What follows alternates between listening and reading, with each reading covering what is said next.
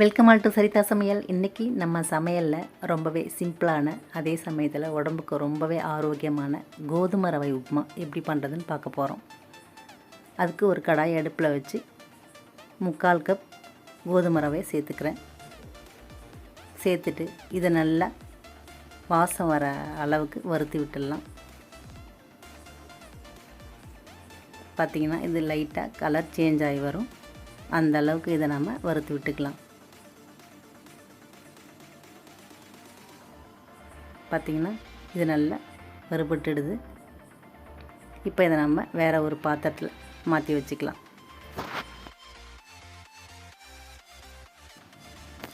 இப்போது அதே கடாயை நான் அடுப்பில் வச்சுருக்கேன். கடாய் நல்லா காஞ்சதுமே 4 to 5 ஸ்பூன் எண்ணெய் சேர்த்துக்கிறேன். ஏன்னா நம்ம இந்த உப்புமாவுக்கு எண்ணெய் கொஞ்சம் அதிகமாக இருந்தால் தான் நல்லா டேஸ்ட்டாக இருக்கும். இப்போது எண்ணெய் காஞ்சதுமே ஒரு 4-5 முந்திரி உடச்சி இது கூட சேர்த்துக்கிறேன். இப்போ இந்த முந்திரி லைட்டாக செவந்து வரட்டும். அது வரைக்கும் நம்ம இதை வறுத்து விட்டுருவோம். இப்போ பார்த்திங்கன்னா முந்திரி நல்லா செவந்து வந்திருக்கு. இப்போது 2 வெங்காயம் பொடியை கட் பண்ணி வச்சுருக்கேன். இப்போ இதையும் இது கூட சேர்த்து நல்லா வதக்கி விட்டுடலாம். வெங்காயம் ரொம்ப நேரம் வதங்கணுன்னு அவசியம் இல்லைங்க. ஓரளவுக்கு வதங்கினாலே போதும். இப்போது இது கூட ஒரு துண்டு இஞ்சி நல்லா பொடி பொடியாக கட் பண்ணி இது கூட சேர்த்துக்கிறேன். கூடவே 3 பச்சை மிளகாய் 2ஆக கீறி சேர்த்துக்கலாம். கொஞ்சமாக கருவேப்பிலை. இப்போது இதையெல்லாம் சேர்த்து நல்லா வதக்கி விட்டுருவோம்.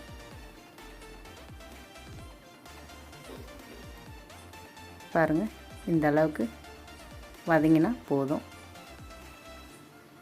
இப்போ நான் அந்த டம்ளரில் பார்த்திங்கன்னா 1.5 டம்ளர் நான் கோதுமை ரவை எடுத்திருக்கேன். 1 டம்ளருக்கு நம்ம 2.5 டம்ளர் தண்ணி வைக்கணும். இப்போது 1.5 டம்ளர் எடுத்திருக்கேன். அதுக்கேற்ற தண்ணியை நான் அளந்து தனியாக ஒரு பாத்திரத்தில் ஊற்றி வச்சுருக்கேன். இப்போது அந்த தண்ணியை இது கூட சேர்த்துக்கிறேன். சேர்த்துட்டு இதுக்கு தேவையான உப்பு சேர்த்துக்கலாம். சேர்த்து இதை நல்லா கலந்து விட்டு மூடி விட்டுடலாம். தண்ணி கொதித்து வரட்டும். இதை கலந்து விட்டு நம்ம மூடி விட்டுடலாம்.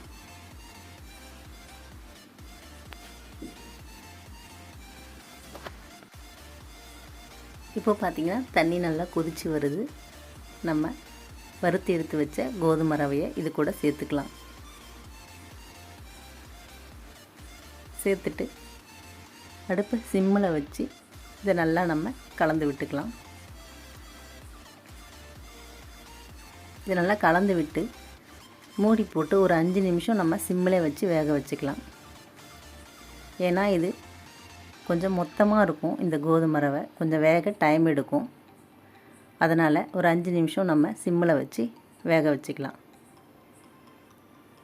அடிக்கடி நம்ம எடுத்து இதை கலரி விட்டுடணும், இல்லைன்னா அடி பிடிக்கும்.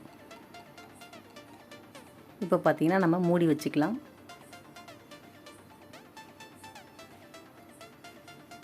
இப்போ பாருங்கள், பாதி அளவுக்கு இது வெந்திருக்கு. இப்போ இதை கிளறி விட்டு நம்ம மறுபடியும் மூடி வச்சிடலாம். மீதி உள்ள தண்ணியும் நல்லா இழுத்து வெந்து வரட்டும். அவ்வளோதாங்க. இது ரொம்பவே சூப்பராக வெந்து தயாராகிடுச்சு. இது உடம்புக்கு ரொம்ப ரொம்ப ஆரோக்கியமான ஒரு டிஷ்ஷு தாங்க. இதை நம்ம வாரத்துக்கு ஒரு முறை செஞ்சு சாப்பிட்லாம். ரொம்பவே நல்லது.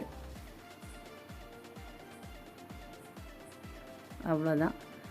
ரொம்ப ரொம்ப சிம்பிளான அதே சமயத்தில் நல்ல டேஸ்டான கோதுமை ரவை உப்புமா சூப்பராக தயாராகிடுச்சு.